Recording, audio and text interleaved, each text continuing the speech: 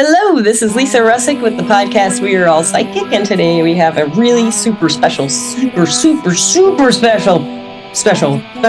guest named Melissa. And Melissa, would you like to say hello?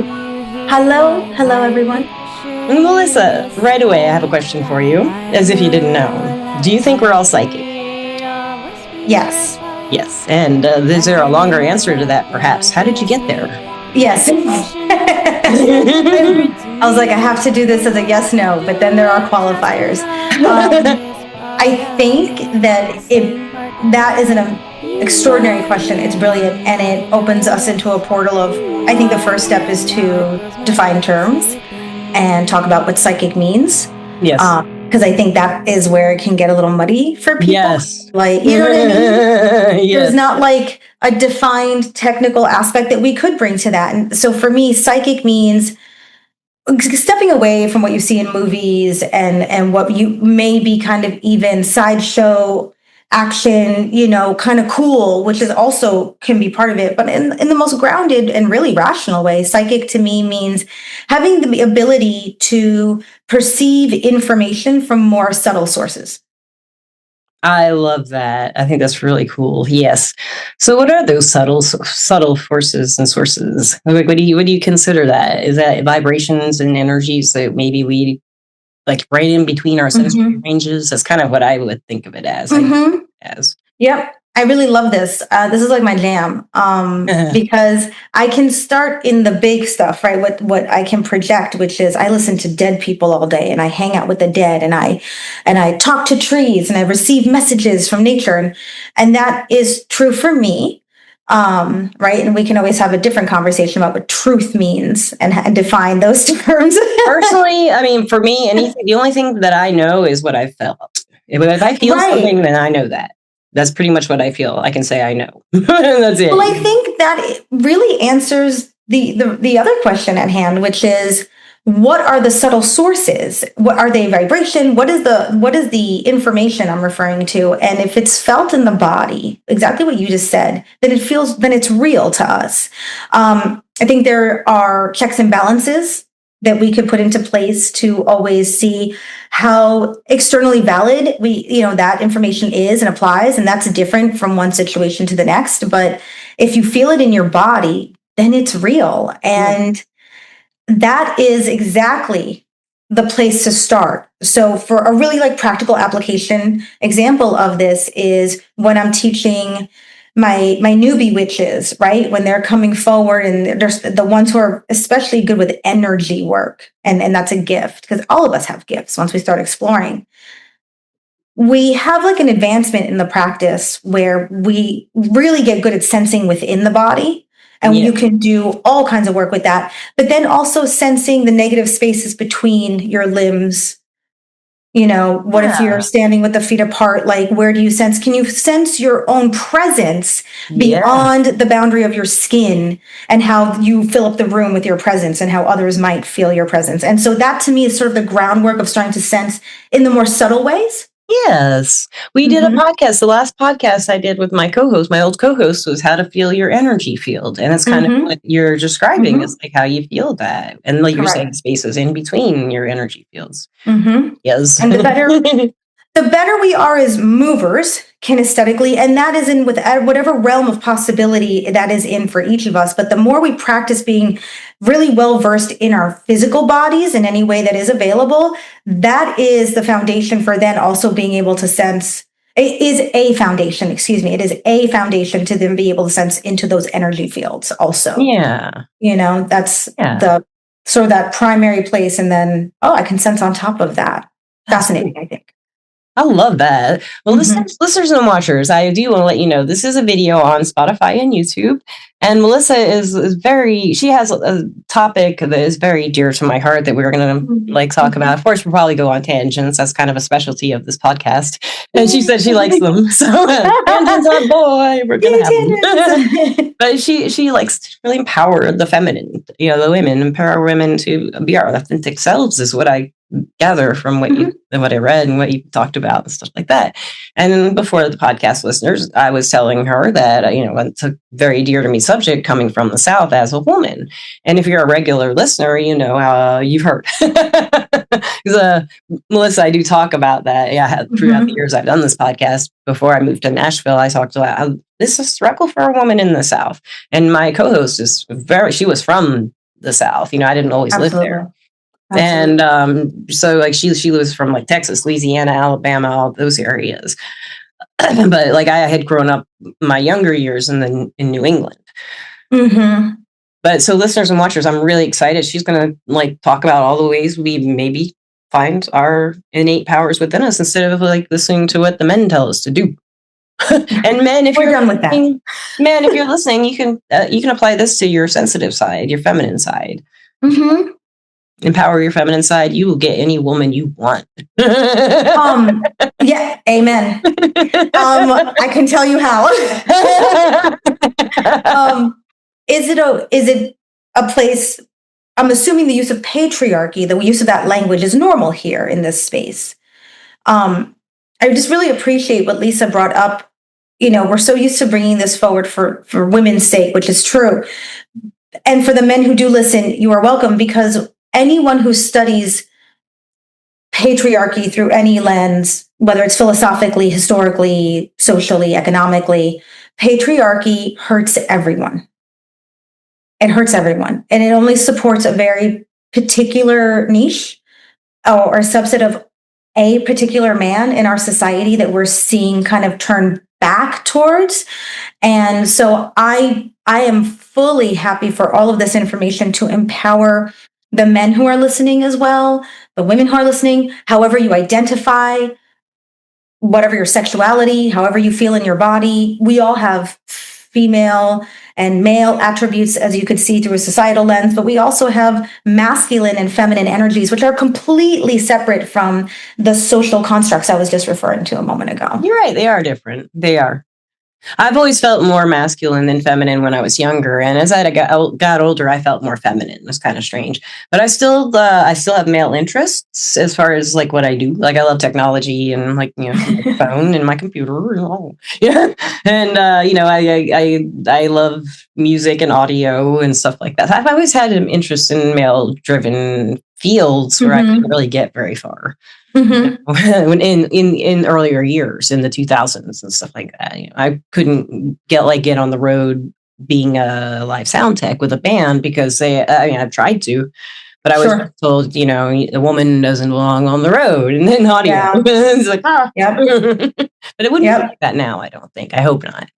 I see differences in what the women who are younger than I am, and I'm very happy to see that they have less barriers to certain experiences that make me feel really, really proud. I'm turning 44 this month, and it feels like part of my elderhood. Thank you. This is such a gift for me today to be like, yay, podcast on my birthday. And I do this empowerment work we're talking about. I am very passionate about because it has the potential to heal everyone. It does. Right? Yeah. And I feel that as a responsibility as I grow into midlife now, more and more. Yeah. Yes, that's a kind of an interesting point. Here's a tangent for you, listeners and watchers. As we get older, I do feel more of a responsibility to like my society. I don't feel like I fit in my society very well. I think that I've just worked from home since 2006. So that's probably a big reason. I haven't been out in society much and worked out in the real world much, but for me, like, there goes that the thought I had just went. It was like, here we go, and you were talking about like as we get older. Oh yeah, the responsibility to like to give back, to see the future progress. I don't have biological children, but I do want I love the younger generations. I think they're doing amazing things, and I hope that they will continue to be given some kind of grace like our generation wasn't. Generation X was not given any chance yet to really come in and make rules and stuff, make laws and we are listened to. But hopefully the generation is younger than us that we influenced to be more sensitive. They are more sensitive. Like, I wouldn't be surprised if there were men listening to this podcast, biological men who identify as heterosexual men, who could get something out of this to learn about their feminine side, especially in that generation, because so many of them are very sensitive and committed to themselves and their self-growth. I find that really interesting. I do think that's true. I think that there is, as I hit my midlife, that resonates for me, that sense of responsibility you're pointing out. There's also a focus on legacy. I also don't have children. It's not something I have any emotional baggage around. I feel very neutral about it. And it shows me that the need if I talk about, like, from my identity point, like, if one wants to be a good person, the way I define good personhood, I want to leave behind some positive impact, right? Some kind of legacy. And I think that, to your point, that younger people, even though we are seeing a certain swing in conservatism again, which is fascinating also as a sociological contrast, there is ease for the younger people around mental health. Yes. In a way that we didn't have sort of in our 20s or even our 30s. And that encourages me. Like, when I see Instagram and and sometimes, like, the stuff is pithy and it doesn't do a whole lot, but at least it's out people there. People are trying. Yeah. Yes, they're making 100%. It known and making people aware that emotions are important. They're probably just as important as anything. The emotions are important and valid. I am starting as we tangent along, but I think this brings us back to the psychic question, actually. As I've studied psychology, even in college, under more formal academic structures, but then kind of, like, started doing coaching and exploring all these, and then seeing, like, the parallels in ceremonial magic and conscious kink and all of that work, I too am having a moment where I was like, I'm tangenting. And then I saw all the things I wanted to. We're both we're flowing so well. I think we're reading each other's energy as we're talking, and then we're forgetting what we're talking about. I was going there with you, and I got it, and then I was like, woo! Audience, listeners, I hope you're plugged in. They love it. They are used to this. Don't worry. Now I remember the importance of emotions. There was a time where, because I am very emotionally sensitive and aware, and that's great. But I've also very much often valued my intellectual capacity more than the emotional, because it was survival. It's a lot of our experience total collectively. It's how you can produce in a capitalist society. It's all this stuff. Yeah. But now I have come to recognize that the emotional quotient, your EQ, is not only where the magic lies in our witchcraft, one of the greatest sources of magic, but it's also, you can have really incredibly intellectually intelligent people who are in an emotional quotient awareness deficit, and you can see the destructive nature of their being. And I don't mean psychopaths. Like, we want to be really clear with this language. Like, destructive and creative. They're right. Because you can be a psychopath who's good in society and does their thing. Like, it's where people are talking about, like, where emotional health was once seen as a luxury. And I have also been in that experience where I believed that at one point. Emotional health and well-being is the primary drive. Your emotional self is the primary drive for all that other intellectual capacity shit. Amen. Right. I agree. Yeah. So, like, yes. And how can you do anything with all this if your emotional is not, nice and happy or, calm? I mean, I think you can do a lot, but does it, what's the quality of experience you're bringing, whatever you're creating, for yourself and for others? Yes. I have a question. So, like, okay, tangenting back. Yeah, pulling it back. Pushing back to empowering the women and the feminine. I kind of wanted to ask, like, when I was younger, I don't know if I think we talked about this a little bit, maybe not though. I really, like, I had a friend who said, I had a crush on a guy, and my friend says, why don't you use your feminine wiles on him? And I was like, what are those? Like my version. That's what I was like. He's like, like, toss your hair. And I was like, weird things that we're taught. He's like, no. He's like, no. Hey, try something different, like to touch your lips. And I'm like, I don't know. I can't do this feminine wiles thing, you know. And I just couldn't embrace that softer side, the feminine side. But it was because I was always feeling like I needed to keep my emotions in check. And in the culture I was in the South, mainly women, there wasn't, at the age I was at in the 90s, we weren't supposed to have emotional displays in where I lived and stuff like that. Even as women, we weren't supposed to show our emotions much. And like we couldn't chase a dude, for example. You know, that it would be not good for a woman to go after a guy in the 90s and tell him she likes him. If you were going to do that, you had to tell your best friend to tell his best friend to tell their best friend to tell him, you know, or something like that, you know. You had to get clever. And then like I had trouble with my feminine image, I guess you could say, in general, because like I told you earlier in the podcast, I had interests in male dominated fields. As far as like I went into college in chemical engineering. That's obviously a dominated field. The brain you have.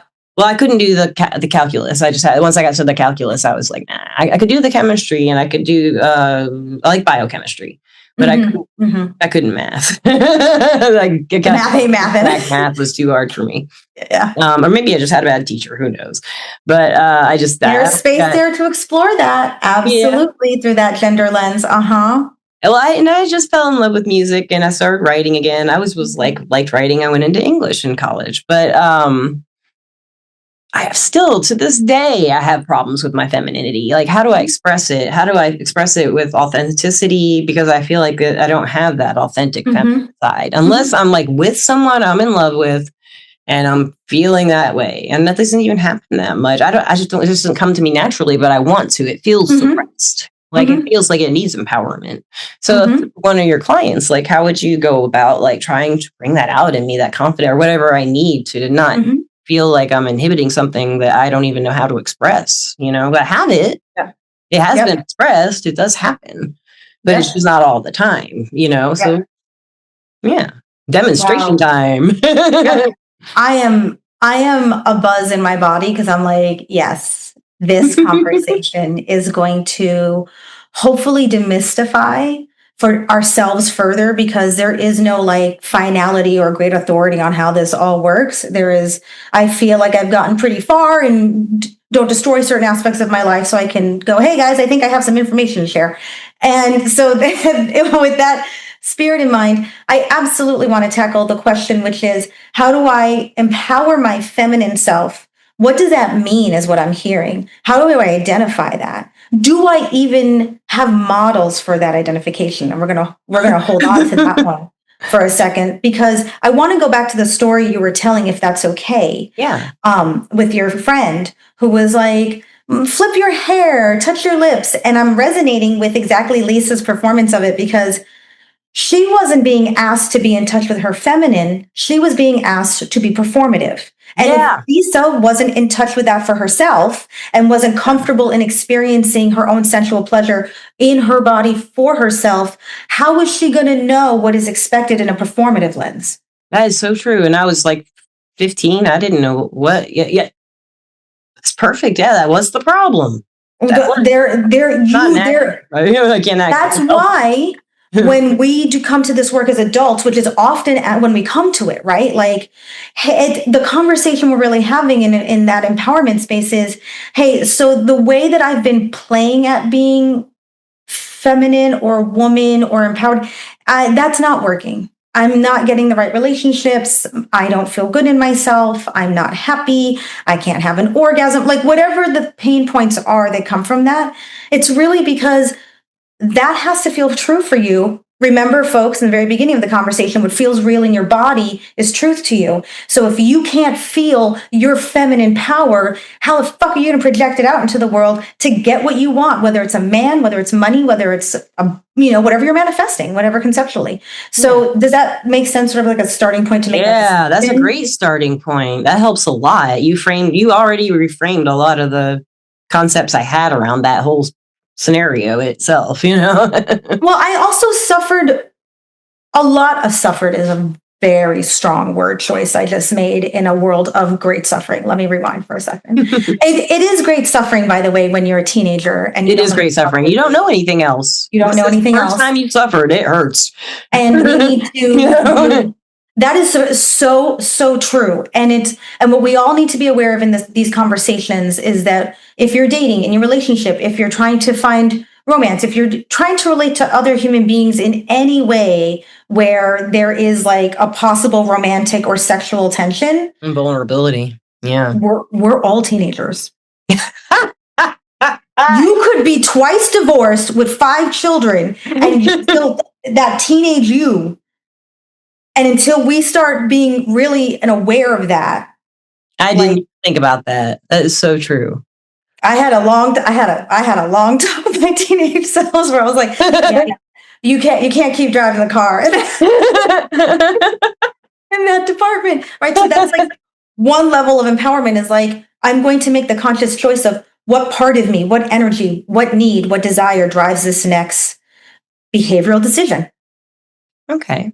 Right? Like that is conscious choice. I'm aware of where it's coming from. I'm aware of the risks and the consequences. I feel equipped to manage those if it falls through that way. That's an adult. Okay. Right? Like that yes, adulting.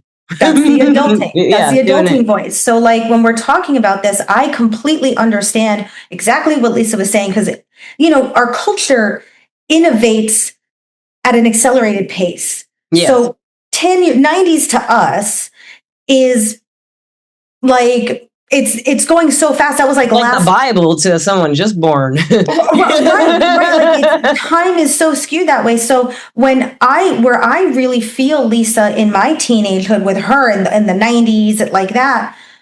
My God, I didn't know how to flirt, wasn't interested in that, was already very dominant and aggressive. Yeah. I was very passive. Right. So like where everybody comes wherever they're starting and then they start trying to figure it out. And the reactions I would get when I would be like, I don't need to play games. And I would go up to a boy at a party and be like, are you single? I think you're hot. Can we talk? And then they would have a mental breakdown because I didn't know that they were dealing with their insecurities. And so as that fell apart, those interactions, I internalized the messaging of I'm not attractive and I don't know how to do this. So just repress that.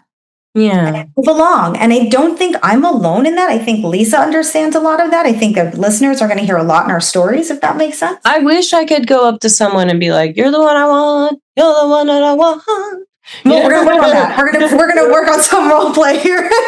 You're mine. Gimme. Exactly. And so like you don't have the tools for interaction. You're told that these are the rules. By the way, no one understands or likes those rules really. There are, and we're all forced to play by them. We tell ourselves a lot of the rules. 100%. Like it's his turn to call.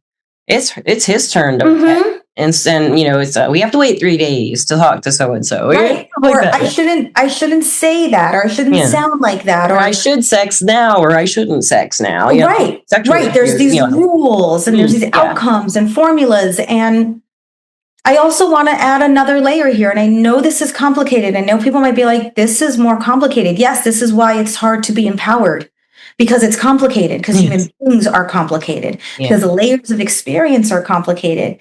And in the intersectionality of our beings is where we really find ourselves, is in all the cross-section of all the layers, like a tree. When you cut the trunk and you see all the rings and you're like, oh my God, like look at all I did. Look at everything I've lived through. No wonder my identity is kind of all over the place. And another layer here that we have to call out, particularly for cisgendered females.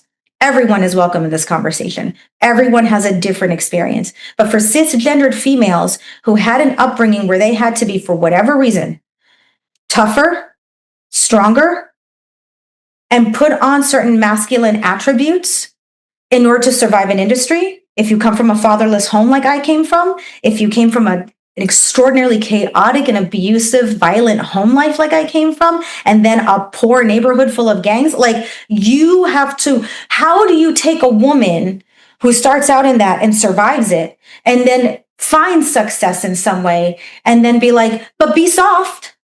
Yeah. Soft power though. What does that mean to you? Soft power. Yeah. And so much of this work gets fucked up for us because it's a cruel distance for that pendulum to swing without any real preparation. It is. To go from one to the other.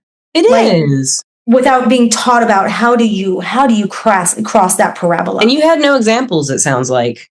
Right. That is exactly where we're at with this. When was the last time anybody found a representation of soft and empowered femininity and masculinity that really resonated for them? Right now, for me, I'm looking at you. You've got this. Like, you have this in your attitude and your tone of voice, and you don't have any kind of like I don't feel any. When I say attitude, is not the right word. There's no hostility. There's no hostility. There's no anything. And no aggression. There's just, I don't feel any pressure from you. You don't push energy out at people. Like, you don't want to change anyone's mind, and you just want to feel good, it seems like, and then help other people feel like themselves.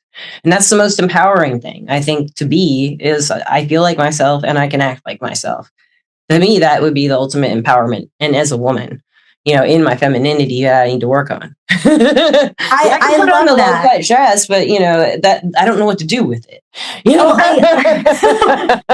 can let it hang out all day, but I don't know how to wile it. How do I work it?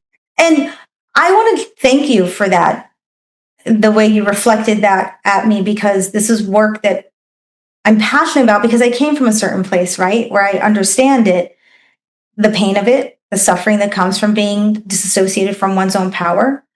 I hear about you and what you can do with the sciences, and I think, my God, what would Lisa be if the society we had was different? What if she could have been a sound engineer on the road?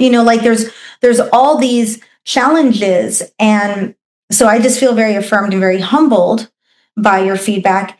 And that was a great demonstration of being psychic, because she is using her extrasensory ability to also download with another human being and go, this person is very passionate and forceful in certain ways, but not aggressive and hostile. That is not a nuance that many people understand. And it's not forceful either. It's passionate to me. It's very passionate, and it makes me want to get on board. And I am on board. I feel the empowerment, but it doesn't feel like power. It feels like right. Like it's giving you, hey, you can have it too. Yes. It's that simple. Yes. It's that simple. Confidence. So, it's like a confidence, but it's something else too. It's a belief in yourself, but it's not like confidence exactly. I think that's fair. I think that sometimes I still have difficulty with confidence, like other people, or feeling insecure and attractive. Like those are, of course. Yeah. See, and this is something we can all own. Mm-hmm. I think where people can feel my drive and my passion is that I have witnessed a lot of bullying and have been the victim of a lot of bullying in my life. And bullying can be like those high school memories that come up, or middle school, or those really formative younger bullying. It can even happen in workplaces still. Exactly. Age. Yeah. That. Yeah. Marriages.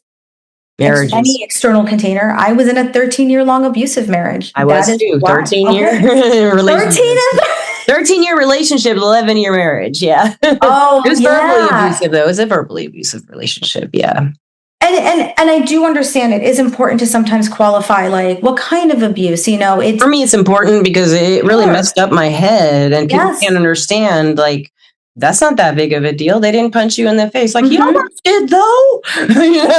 Well, and this is where we need to bring back that point about emotional intelligence. And if emotions are a luxury space, or if now they were for me for a long time. Exactly. And so when you operate from my emotional well-being is a luxury, you're willing to negotiate. And then you get into relationships like the ones Lisa and I are talking about. Yes, we do.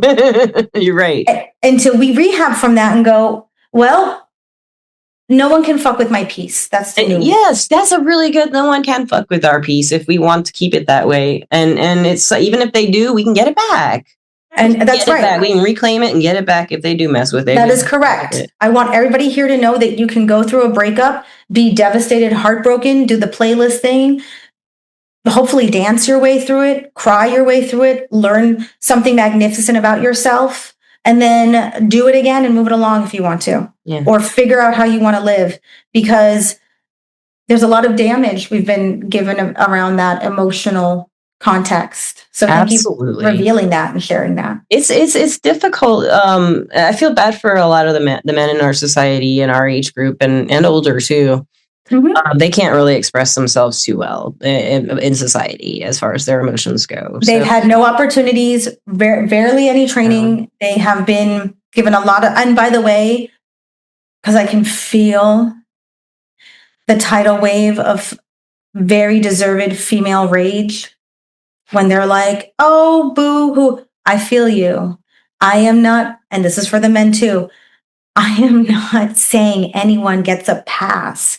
I am saying just because we have context and understanding, that does not equal exoneration from your behavior. Right. The context and understanding is so that you step into being accountable for your behavior. We are all responsible for growth and well-being. So, but I can understand and see how the men that I work with in the conscious kink space need a certain approach, and that to revile it or judge it when there hasn't been a lot of opportunity. If Lisa and I are allowed to have the struggle of being strong, powerful women in many ways, but still having difficulty trying to access what we feel to be authentic, soft, feminine power, why aren't other people entitled to their difficulties? Right. That all comes from systemic pressures. So let's all just understand and work together, but no one gets a free pass on bad behavior. Absolutely. Sit back for a sec. Systemic pressure. Let's go dig down that. What is a systemic pressure? I like that. Down in there. You relax. Make a tunnel.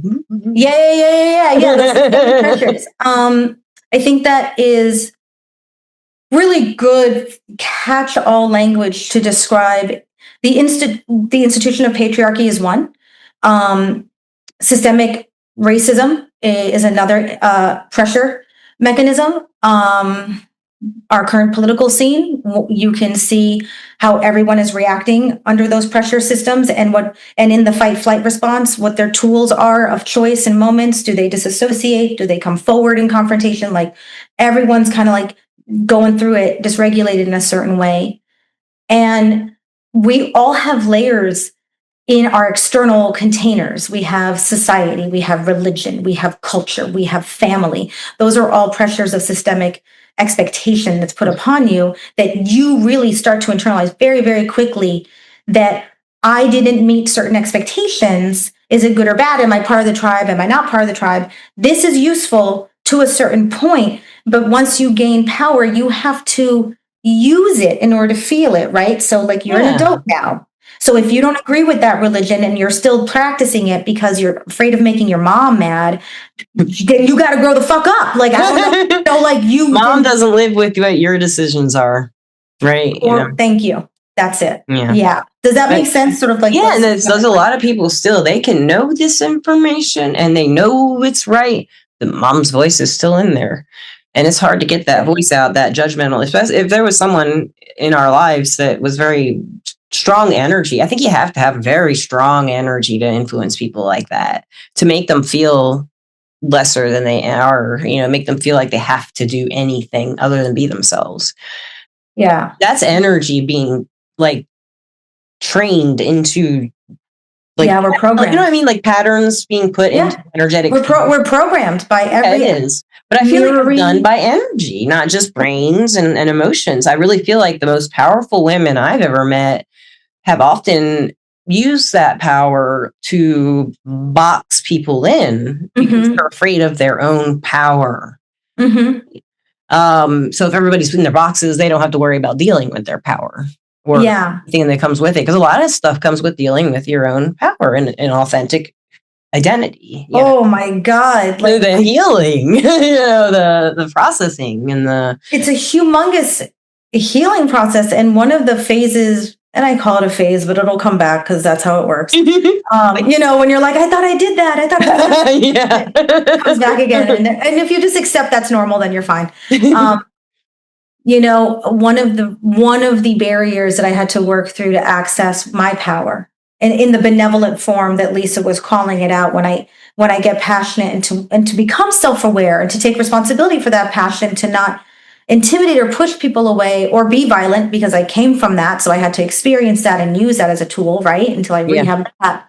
But a lot of my difficulty with empowering the feminine, quote unquote, was that not only did not have models that I resonated with, I also had models I was really afraid of. So I had women in my life who were primary to me when I was a child in my most vulnerable state, demonstrating, trying to teach me how to be seductive already, how to manipulate men and for money already, like, which is true power in another way. It is a power one can use. It's a tool, but it was so anathema to my own way of being, even when I was younger, that I was like, I don't want to be objectified. I wasn't ready for that. I wasn't It was like your friend trying to tell you to perform, very similar. And so we all have that in us in some way. We have some potent experience from when we're teeny tiny, when we're little, when we're in our most vulnerable, that still is a thread that comes through. And I can hear one of my teachers' voices right now reminding me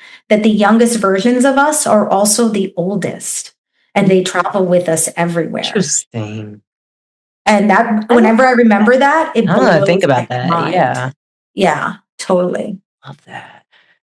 It kind of, I've always thought, the very, very old and the very, very young were very similar in a lot of ways. Yeah, at those stages, 100%. The 1 to 2 year old and the person closer to death, the age there. Absolutely. They have a piece about them. Not all of them, but a lot of times they are. A lot of times we do, yeah. Well, at this point, I really want to ask, before I do, I wanted to ask, where can the listeners and watchers find you? Where do you live? Where are you? What do you do? And how can I live online? How can they find, inner empowerment, feminine? I'm a large language inside model themselves. She's everywhere online. Just go into the internet. Just go into the internet. I really like for people to go to my Instagram so they get a visual sense of what it means to be a somatic coach, a Domme, a death witch, a sex magic witch. Those are really exciting things to say. And then I like for people to see a really grounded application of that. Like, this is how I live life. So my Instagram @thebodywitch is really useful.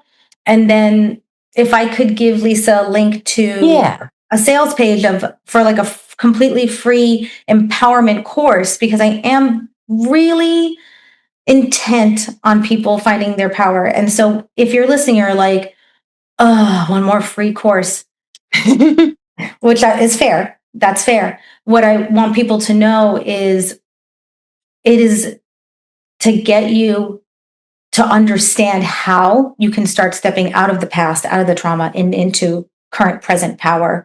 It's not going to be the end all be all. It is a starting point. And if you need practical tools to get you there now, this is a place to start. And I just want people to be open to that, because even if I never hear from you, I want the tools to be out there.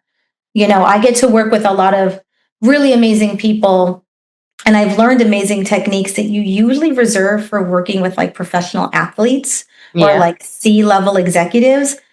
And I'm like, why? Why them? Yeah, like NLP therapy and stuff. Yeah, 100%. Everybody deserves to know about these tools. Yes. So they're there. That course. Great.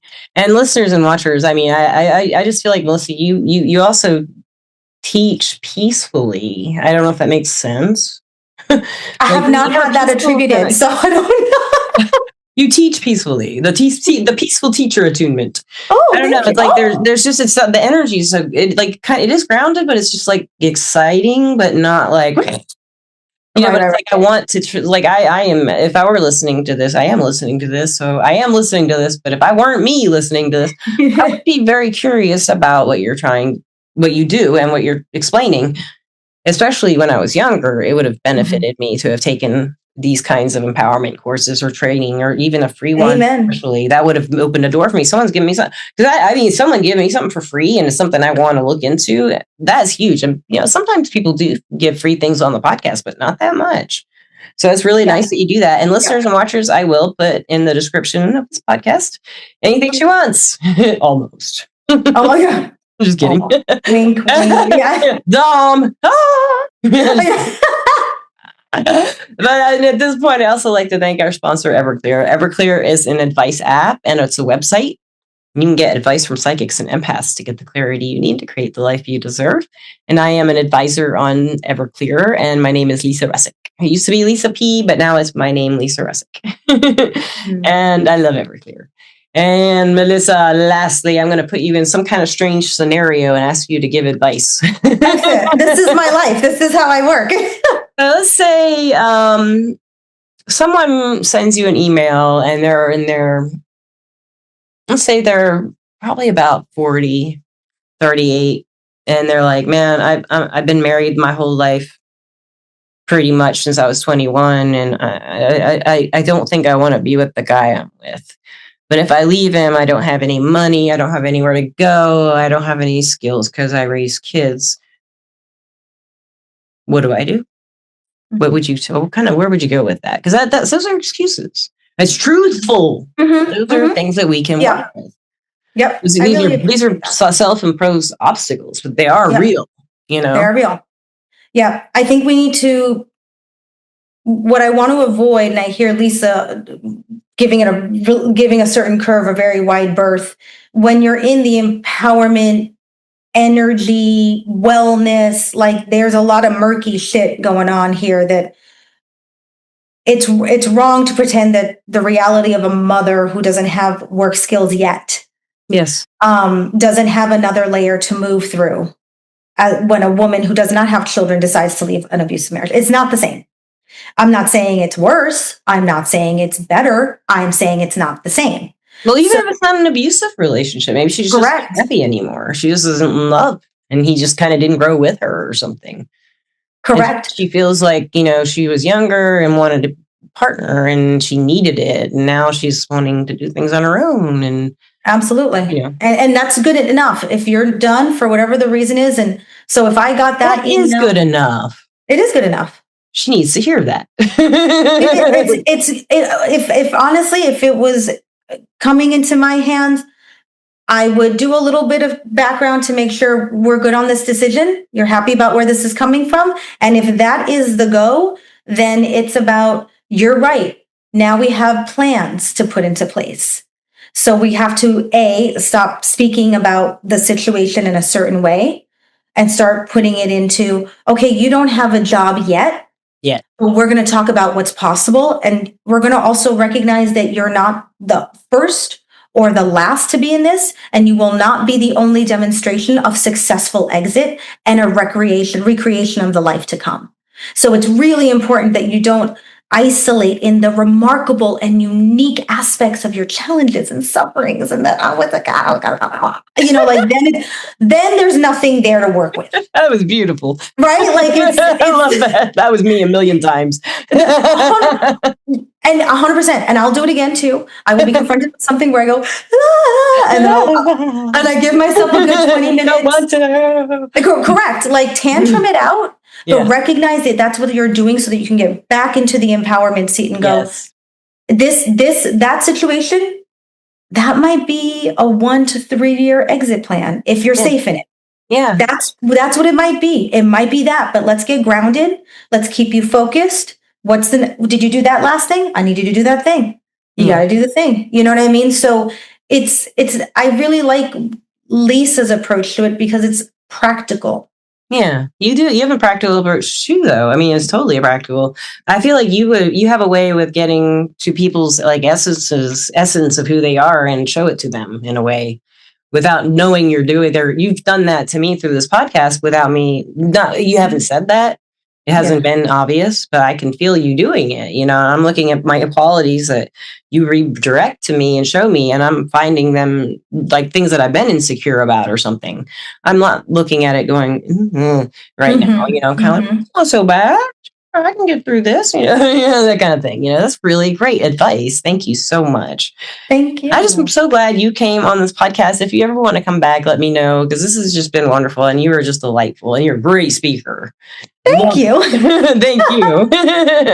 And I guess lastly, I would love to thank the listeners and watchers, and we love you. I love you. And Melissa, do you love the listeners and watchers? I not only love the listeners and watchers, I want the listeners and watchers to know that anything they want is available.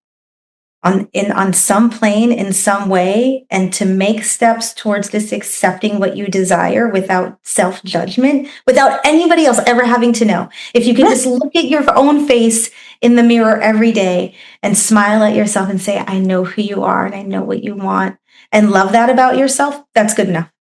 You never have to do another thing. You don't.